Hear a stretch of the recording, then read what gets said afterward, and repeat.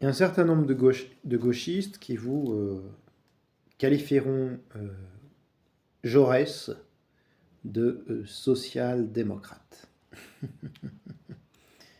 Jaurès, social-démocrate. Réformiste. Réformiste. Alors, on ne s'est pas posé la question de savoir ce qu'on appelait réformisme chez Jaurès. Hein, on ne s'est pas posé ce genre de questions. Est-ce qu'ils l'ont lu, Jaurès? Est-ce qu'ils l'ont lu? Qu'est-ce que disait Jaurès? Comment passer de la société bourgeoise à la société communiste? Par quel chemin? Par quelle évolution?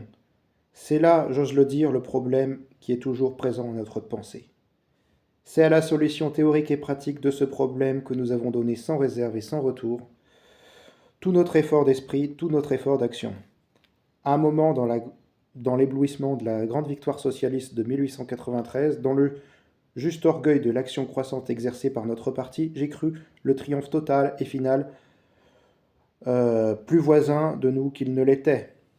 Que de fois alors que le citoyen vaillant m'avertissait de ne point me laisser à cette illusion dangereuse, que de fois nous a-t-il mis en garde contre les prophéties à court terme de Gued et de la mystique attente de catastrophes libératrices.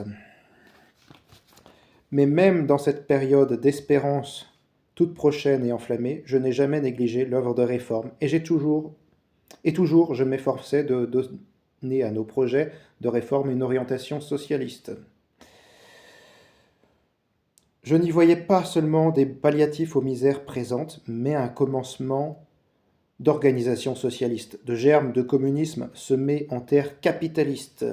Lorsque je repris les cahiers des paysans révolutionnaires de 1789 et demandai que l'État préludât par le monopole d'importation des blés à l'institution d'un service public d'approvisionnement que les syndicats ouvriers et paysans eussent géré avec la nation elle-même, lorsque je demandais, dans le grand et long débat sur le sucre, la socialisation des raffineries et des fabriques de sucre qui eussent été administrées sous le contrôle de la nation par la classe ouvrière, organisée, contractant pour l'achat de la betterave avec des syndicats de producteurs paysans et avec des ouvriers agricoles assurés d'un minimum de salaire.